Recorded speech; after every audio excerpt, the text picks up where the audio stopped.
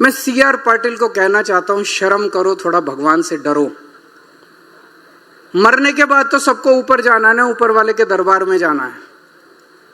मरे मौत तो सबको आएगी सीआर पाटिल, एक दिन मौत तुमको भी आएगी। और जब तुमको मौत आएगी और तुम भगवान के दरबार में जाओगे, भगवान तुमसे पूछेगा, सीआर पाटिल क्या किया तूने पृथ्वी के ऊपर। और सूरत में ही सीआर पाटिल रहते हैं, सूरत में ही हरसांघवी रहते हैं, उनके बंगले हैं, उनके घर में बाढ़ नहीं आती, उनके घर में बाढ़ नहीं आती। आपके घर में बाढ़ आती है, आम आदमी के घर में बाढ़, उनके घर में बाढ़ नहीं। अपने लिए सब ठीक करके रखा हुआ है, बस अपने लिए काम करते हैं, वो जनता के लिए काम नहीं करते। लेकिन ये विसावदर की जीत मामूली जीत नहीं है। विसावदर की जीत के जरिए भगवान एक बहुत बड़ा संदेश देना चाहते हैं। भगवान जनता में बसते हैं, जनता का जो निर्णय होता है वो भगवान का निर्णय होता है। ये कोई छोटी बात नहीं है, ये इत्तेफाक नहीं है, ये कोइंसिडेंस नहीं है कि इसी सीट से 2022 में हम जितने वोट से जीते उससे 3 गुना ज्यादा वोट से हम इस बार जीते हैं। बाई इलेक्शन में, बाई इलेक्शन मामूली नहीं होता। अक्सर देखा जाता है कि बाई इलेक्शन में वही पार्टी जीतती है जिसकी उस राज्य के अंदर सरकार होती है। गुजरात के अंदर बीजेपी की सरकार है, बीजेपी की सरकार 30 साल से सरकार, जिनका प्रशासन के ऊपर इतनी जबरदस्त जकड़ है, साम दाम दंड भेद कुछ भी गलत काम करने से जिस पार्टी को परहेज नहीं है, जिन्होंने गुंडागर्दी करने में कोई कसर नहीं छोड़ी, जिन्होंने आम आदमी पार्टी को और गोपाल इटालिया को हराने में कोई कसर नहीं छोड़ी, वहां आप इतने प्रचंड बहुमत से अगर जीत जाते हैं तो मैं तो इसमें कुदरत का खेल मानता हूं। मैं तो इसे भगवान की भगवान का संदेश मान। ये कोई मामूली जीत नहीं है, बहुत बड़ा। भगवान जनता के जरिए बोलते हैं, गीता में लिखा है भगवान जनता के जरिए बोलते हैं। भगवान कहने की कोशिश कर रहे हैं 30 साल गुजरात पे कांग्रेस ने राज किया, 30 साल गुजरात पे बीजेपी ने राज किया। अब समय का चक्र घूम गया है पूरा, अब बीजेपी का जाने का टाइम आ गया, अब बीजेपी का जाने का टाइम आ गया है। अब नई पार्टी आएगी, ईमानदार पार्टी आएगी, देशभक्त पार्टी आएगी जो कि अच्छा काम करेगी। इन्होंने बेड़ा गर्क कर दिया बीजेपी ने। जब मैं विसावदर चुनाव प्रचार करने के लिए गया, 30 साल में इन्होंने, बीजेपी ने क्या हाल कर दिया गुजरात का, आप सोचिए। मैं सूरत के में अभी गोपाल भाई वहां पे विजय यात्रा के लिए गए थे, उसके पहले ईशुदान भाई गए थे एक दिन के लिए। सूरत जैसे शहर में पानी की बाढ़ आ रही है, घरों के अंदर। मैंने ईशुदान से बात की, ईशुदान उन सोसाइटी जहां लोगों ने करोड़ों करोड़ों रुपए के फ्लैट ले रखे हैं, घर ले रखे हैं, करोड़ों रुपए के बंगले, उनके ड्राइंग रूम में, बेडरूम में पानी घुस गया। 30 साल में क्या हाल कर दिया बीजेपी ने गुजरात का। उनके टीवी पानी में उनके टीवी डूब गए, सोफे डूब गए उनके पानी में। ईशुदान भाई उनके घरों के अंदर, सोसाइटी के अंदर होके आ रही है, क्या 30 साल में तुमने ये हाल कर दिया गुजरात का। अरे कुछ अच्छा काम करते यार। मैं अभी विसावदर चुनाव प्रचार के लिए गया, एक दिन राजकोट एयरपोर्ट पे उतरा मैं, जूनागढ़ जाना था। राजकोट से जूनागढ़ 125 किलोमीटर है। आजकल पूरी दुनिया में ऐसी सड़कें बन रही हैं, ऐसी सड़कें बन रही हैं जहां 150-200 किलोमीटर की स्पीड से गाड़ियां चलती हैं। राजकोट से जूनागढ़ जाने में मेरे को 3.5 घंटे लग गए, 3.5 घंटे। यानी कि 35 की स्पीड से गाड़ी चल रही थी। इतना बुरा हाल था सड़कों का, 35 की स्पीड से गाड़ी चल रही थी। 30 साल में तुमने ये हाल कर दिया गुजरात का। सड़कें नहीं बना सकते तुम 30 साल के अंदर, सड़कें नहीं बना सकते तुम 30 साल के अंदर। मेरे को बताते हैं जब बीजेपी की सरकार आई थी, 95 में आई थी, 98 में आई थी, 95 में आई थी, 95 में जब सरकार आई थी बीजेपी की, उसके पहले गुजरात की सड़कें इतनी अच्छी होती थी कि 100 की स्पीड से गाड़ी चलती थी। 100 की स्पीड से दौड़ने वाले गुजरात को तुमने 35 की स्पीड पे लाके छोड़ दिया। ये हाल कर दिया तुमने गुजरात का। फिर मैं जिस होटल में रुका जूनागढ़ में, रोज 5 बार कम से कम बिजली जाती थी वहां पे, 5 बार। तुम बिजली नहीं दे सकते? जिस गांव में मैं गया, 4 गांव में मैंने सभाएं की, चारों गांव में जब मैं गया बिजली नहीं थी, गांव में बिजली नहीं थी। अरे 30 साल में तुमसे बिजली नहीं दी गई, सड़कें नहीं बनाई गई। सूरत के अंदर जो मैंने कहा बाढ़ आई, बताते हैं आज से 10 साल पहले बाढ़ नहीं आती थी सूरत में। पिछले साल वडोदरा में आई, उसके पहले जूनागढ़ में आई। क्यों? भ्रष्टाचार की वजह से।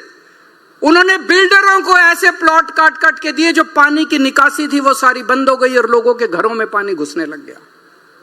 तुमसे तो उम्मीद थी कि तुम अच्छा काम करोगे, तुमने तो बेड़ा गर्क कर दिया, लोगों का जीना आराम कर दिया। और सूरत में ही सीआर पाटिल रहते हैं, सूरत में ही हर्ष सांघवी रहते हैं, उनके बंगले हैं, उनके घर में बाढ़ नहीं आती, उनके घर में बाढ़ नहीं आती। आपके घर में बाढ़ आती है, आम आदमी के घर में बाढ़, उनके घर में बाढ़ नहीं। अपने लिए सब ठीक करके रखा हुआ है, बस अपने लिए काम करते हैं, वो जनता के लिए काम नहीं करते। सीआर पाटिल का भी मैंने थोड़े दिन पहले एक स्टेटमेंट सुना था, चुनाव के दौरान, विसावदर चुनाव में आए थे। उन्होंने कहा अरे इनका ये विसावदर वाला एमएलए छोड़ के चला गया, अभी तो इनके 2 और मेरे टच में हैं। मैं सीआर पाटिल को कहना चाहता हूं, शर्म करो, थोड़ा भगवान से डरो। मरने के बाद तो सबको ऊपर जाना है ना, ऊपर वाले के दरबार में जाना है। मरे, मौत तो सबको आएगी सीआर पाटिल, एक दिन मौत तुमको भी आएगी। और जब तुमको मौत आएगी और तुम भगवान के दरबार में जाओगे, भगवान तुमसे पूछेगा सीआर पाटिल क्या किया तूने पृथ्वी के ऊपर?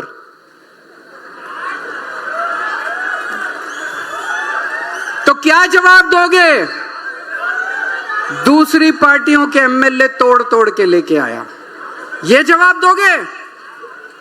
दूसरी पार्टियों के एमएलए तोड़ तोड़ के लाया, तो भगवान क्या बोलेगा? इसको कहां भेजो, कहां भेजो इसको? अरे तुम्हें जनता ने इतना बड़ा बहुमत दिया यार, 30 साल से तुम्हारी सरकार है। कुछ स्कूल बनवाते, अस्पताल बनवाते, बच्चों को नौकरी देते, बच्चों के लिए कॉलेज बनवाते, सड़कें बनवाते, बिजली का इंतजाम करते, जनता के लिए, खेड़ुओं के लिए कुछ इंतजाम करते, कुछ अच्छा काम करते यार 30 साल के अंदर। क्या इसमें इतना अहंकार, गर्व की क्या बात है? 2 और मेरे टच में है, 2 और मेरे टच में। ये कोई गर्व करने की बात है? शर्म करने की बात है। इतने बेशर्म हो रहे हैं कि जनता के बीच में जाकर अरे इनके तो 2 और मेरे टच में है। कुछ अच्छा काम करो यार। जनता ने, भगवान ने कहते 84 लाख योनियों के बाद मनुष्य का जन्म मिलता है। ये इसीलिए जन्म इस्तेमाल करोगे कि 2 और मेरे टच में है। और इनको इतना, किसी कोई देख लो आप, युवा इनसे दुखी हैं, इनसे पेपर नहीं होते, जो पेपर हो वो लीक हो जाता है, रोजगार नहीं मिल रहा। अभी मैं अपने सारे लोगों से मिल रहा था, वो बता रहे थे मनरेगा के अंदर इतना बड़ा भ्रष्टाचार हो गया। मनरेगा में गरीबों का, मनरेगा में कौन जाता है काम करने के लिए? कौन जाता है? जिसके घर में कुछ नहीं होता। मिनिमम वेज पे कौन काम करता है यार? कौन मजदूरी करता है इतनी धूप के अंदर, बारिश के अंदर? कौन काम करने जाता है जिसके घर में कुछ नहीं होता, खाने को नहीं होता? 100 दिन के मिनिमम वेज लेने कौन जाता है? उनका भी पैसा खा गए ये लोग। नर्क में जाएंगे तेल की कड़ाही के अंदर।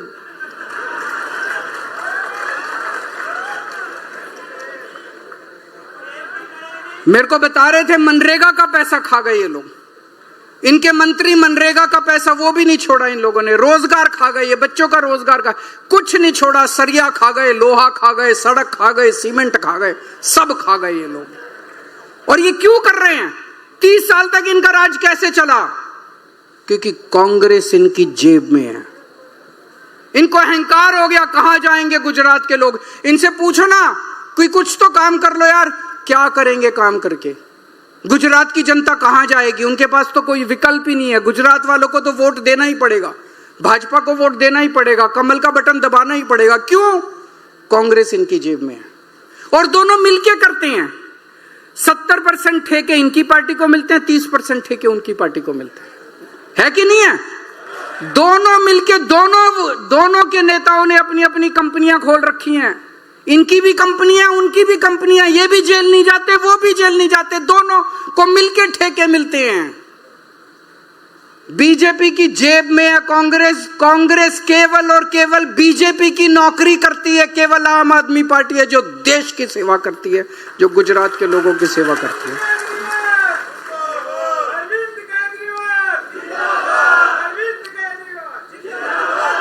मैं किसी से पूछ रहा था, मैंने कहा ये कांग्रेस और बीजेपी का रिश्ता क्या कहलाता है? क्या ये भाई बहन का रिश्ता है या ये पति पत्नी का रिश्ता है? आपको क्या लगता है? ये ना भाई बहन का रिश्ता है और ना ये पति पत्नी का रिश्ता है। ये प्रेमी और प्रेमिका का रिश्ता है जो छुप छुप के मिलते हैं। ये छुप छुप के मिलते हैं, ये चोरी चोरी मिलते हैं। समाज के डर से समाज इनकी शादी स्वीकार नहीं करता, तो ये छुप छुप के मिलते हैं, चोरी चोरी मिलते हैं, चोरी चोरी सब कुछ करते हैं। ये प्रेमी और प्रेमिका का रिश्ता है, इनसे बच के रहना। दोनों बहुत खतरनाक है। अब जनता बदलाव चाहती है, गुजरात की जनता बदलाव चाहती है। अब जनता के पास विकल्प है। 30 साल तक जनता के पास विकल्प नहीं था, इसलिए बीजेपी को अहंकार हो गया कि गुजरात जाएगी, जनता जाएगी कहां, हमें वोट देना ही पड़ेगा। अब आम आदमी पार्टी का विकल्प है। अगले चुनाव में, ये विसावदर का चुनाव सेमीफाइनल था, 2027 की दस्तक थी। 2027 में आम आदमी पार्टी की सरकार बनेगी, जनता राज करेगी और नेताओं का शासन खत्म होगा, भ्रष्टाचारियों का शासन खत्म होगा।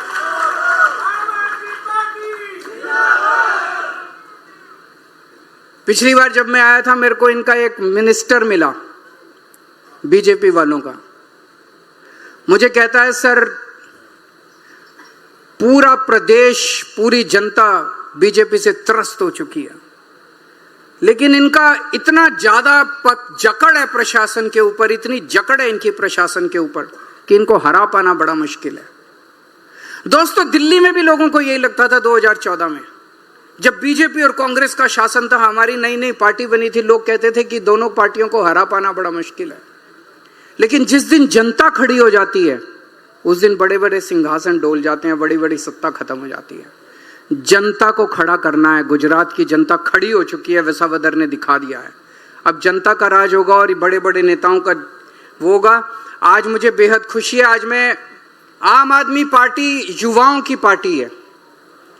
अभी जो गोपाल भाई ने, सुदान भाई ने बताया, कितने सारे नाम गिनाए जो 40 साल से कम उम्र के हमारे नेता हैं। आम आदमी पार्टी युवाओं की पार्टी है। गुजरात के युवाओं को आज मैं आह्वान करना चाहता हूं कि गुजरात की बागडोर संभालिए। यही एक पार्टी है, बाकी किसी पार्टी के अंदर कोई सीट खाली नहीं है। उनकी एमएलए की सीट, तालुका की सीट, जिले की सीट, सारी सीटें भरी हुई हैं। कोई किसी का बेटा, किसी का रिश्तेदार, किसी का चाचा, किसी का भतीजा। हमारे यहाँ कोई चाचा भतीजे रिश्तेदार को टिकट नहीं मिलता, हमारे यहाँ आपको टिकट मिलता है, आम आदमी को टिकट मिलता है। तो मैं सारे गुजरात के युवाओं से आह्वान करना चाहता हूं, जो जो युवा गुजरात बदलना चाहते हैं, जो जो युवा गुजरात का भविष्य चाहते हैं, आम आदमी पार्टी में आ जाओ। चाहे वो बीजेपी में हो, चाहे कोई कांग्रेस में हो, मेरे को पार्टीबाजी नहीं करनी। मैं आज गुजरात के लिए आया हूं, मैं आज देश के लिए आया हूं। जो भी युवा देश की तरक्की चाहता है और गुजरात की तरक्की चाहता है, अपनी अपनी पार्टी, अगर किसी पार्टी में हो तो पार्टी छोड़ के आ जाओ, अगर पार्टी में नहीं हो तो ऐसे ही आम आदमी पार्टी में आ जाओ। सब लोग आ जाओ। 2 साल दे दो, बस 2 साल मांगता हूं मैं। और 2 साल के बाद जो भी ईशुदान भाई ने कहा, इनके 30 साल, हमारे 5 साल। आज हम ये नंबर, आज से गुजरात जोड़ो अभियान शुरू हो रहा है। ये नंबर 9512040404, इस नंबर पे मिस कॉल करके जुड़ सकते हैं, लेकिन केवल मिस कॉल से नहीं चलेगा। आज से लेके 2027 के चुनाव तक हमें इतनी मेहनत करनी है कि गुजरात की 7 करोड़ जनसंख्या, एक एक घर में कम से कम 5 बार हम लोग जाएंगे, 5 बार पूरे गुजरात का राउंड लगाएंगे, तब गुजरात जुड़ेगा। हमें 7 करोड़ लोगों को आम आदमी पार्टी के साथ जोड़ना है, ये हमारा मकसद है। घर घर जाना पड़ेगा, रात दिन मेहनत करनी पड़ेगी। हो सकता है एक टाइम का खाना भी छोड़ना पड़े, खाना मिले ना मिले, रहने को मिले ना मिले, इसको आंदोलन बनाना पड़ेगा, पूरे शिद्दत के साथ लगना पड़ेगा। कम से कम ये हमारा टारगेट है, 5 बार कम से कम हर घर को टच करेंगे हम, चाहे शहर हो चाहे गांव हो, हर घर के अंदर 5 बार जाएंगे हम पूरे गुजरात के अंदर। एक अभी मेरे से पहले मुझे बताया गया कि व्हाट्सएप के बारे में आप लोगों को जानकारी दी गई थी। हमें अपना व्हाट्सएप का पूरा नेटवर्क भी बनाना है। जो आपको जानकारी दी गई थी, आपके पास हमारे लोग आएंगे, व्हाट्सएप पे जोड़ने के लिए, आपसे कुछ करने के लिए बोलेंगे। वो पूरी एक्सरसाइज अपने को करनी है।